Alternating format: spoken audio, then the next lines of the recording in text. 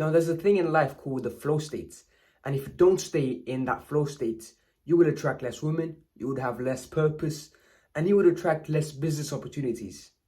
And overall, you would just live a mediocre shadow life like everyone else is living. And you don't want to live like that, right? When I was 14 years old, I would be in school and I would be like one of the low down kids. I wouldn't talk too much. I would just be chilling. I would be doing my own thing, but I would be in my head a lot of the time. I had low self-esteem. So when I was walking through the corridors and I would see the popular kids, and I had no friends, by the way, I was just walking by myself and I was like control and shit like that. I was walking over and there was people that were secretly talking and laughing, and I used to think that they were laughing at me, even if they were laughing at their own joke they made. Let's say they buy like the lockers or something and they're laughing. I would look at myself, I would look at them, I would be like, yeah, they're definitely laughing at me. Even though I did nothing. I was just walking, I was minding my own business. I thought they were talking about me. Or there used to be guys in class that look at me a certain way, or they would say a certain thing about me. Or they would just give like a look to their friends when they see me. And I used to take that so personally that it ruined my inner peace. What I want to tell you right now is that is not me in the flow, because I'm judging my actions or I'm judging myself based on what other people think. And mostly what other people think is literally everyone around you is traumatized creatures. We've been passed down the generation, family trauma as the generation went by, right? Everyone has been passed the trauma from this generation to this generation to now. And now everyone is trying to deal with that. So I'm not blaming anyone in this video. I'm not acting like a victim. I'm just saying that if I'm not in my flow, then I'm not living to my fullest. And I don't want you to experience the same thing. So what I've came across is a study where they found the space between stimuli and response. And what basically that means is, let's say you see something outside, oh, it's raining. And the automatic response from most people is going to be, oh, it's going to be a shit day. It's going to be a this day. I hate rain. I don't like, it's going to be muddy, right? That's the response that they get automatically.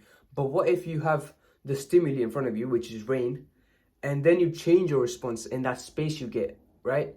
In that little space you get, you change the response to what it actually is that you want to think, not what you automatically think, because that's most likely programmed into you to make you feel like shit, to make you feel low vibrational. You need to understand the key here. Anything good or bad that happens, you look at it and you change your response to something positive. Let's say I'm playing football, right? And I automatically kind of injure myself while playing football. In that space where I've hurt my leg and then I have to respond with something, I can make the conscious choice of how I want to respond. I can choose if I want to be like, oh, I've killed my leg, now I can't play for 6 months. Or I can be like, oh, actually, I'm grateful for this injury. I know it sounds bad, but just think about it, how positive it will be. I can use this opportunity to work on something else rather than football. Even though I like football, I would broaden my knowledge or do something else with that time that I get. I will recover fully and then we'll play again.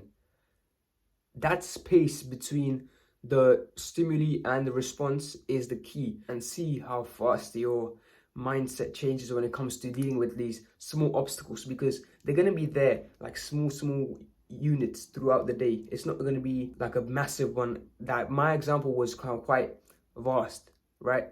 But the recent examples I would give you is, oh, it's raining, it's muddy, oh, my phone's out of charge. You know, these little inconveniences that you get throughout the day. That is what I want you to use this sort of space to reinforce something positive instead of negative. Another thing that I did was meditation, but I'm going to tell you a benefit that no one talks to you about. When it comes to meditation, right, everyone online, they try to spout their own bullshit, and to be fair, I don't even get what they're saying, but I'm going to tell you what I think. When I'm meditating consistently for, let's say, 2-3 weeks, and I'm in a situation where I can't get in the flow, I literally get the conscious thought of, I just get pulled back to my body and I feel everything around me. Like I feel the texture of the present moment. I just feel like I'm alive, I'm existing. And it just gets random. Let's say I'm going to the toilet to take a piss, and out of nowhere I'm going to be in my own head, right? Like you're not conscious when you're peeing, but when I'm peeing, I just get this random feeling where oh shit, I'm here right now, you know? It's It's a feeling that you get when you're meditating. So try meditation and it will get you more into that flow. Another thing I would like you to do is find your flow task, right? A lot of us are flow tasks, but they're different. You might like writing. I might like recording these videos. Some other person might like playing football, playing sports. Some other person might like the gym. Another person might like flying the kite, like random stuff that puts you in the flow. Figure out what your flow is and direct your life more towards it, because it's been shown that the flow state is what makes a person happy. They are trying to take your flow. You know who I'm talking about. The Matrix, the puppet master, whoever you want to call it, right? They are trying to take your flow. They're trying to make you live miserably. They're trying to make you live miserably in this life. And I don't want you to be taken away by that. Instead, I want you to give something that I have and learn from it. So I've told you 3 things so far. Look at the space between stimuli and response and choose something positive. Meditate daily. And honestly, I'm saying this like it's easy. Honestly, it's not easy, man, because there's going to be traps around the way. It's not going to be perfect. My journey was not perfect. I'm not here standing here right now. I'm not perfect at all. I still have flaws, right? And this is not to make you seem that, oh, I'm perfect, or I'm portraying myself online this way because I'm perfect. No, I'm struggling the same way as everyone else is, and I think that's normal. But what you need to do is, if you get back down once, you better pick yourself up, right? Because there is no, oh, please, I need help. Like, literally get up and just impact, right?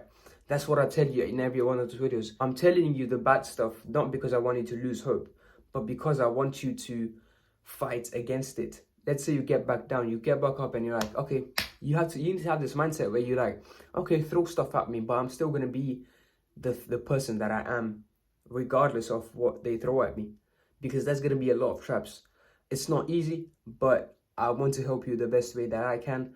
And thank you for watching this video. If you want to book a free one-on-one coaching call with me, the link will be in the description, and I'll see you in the next one.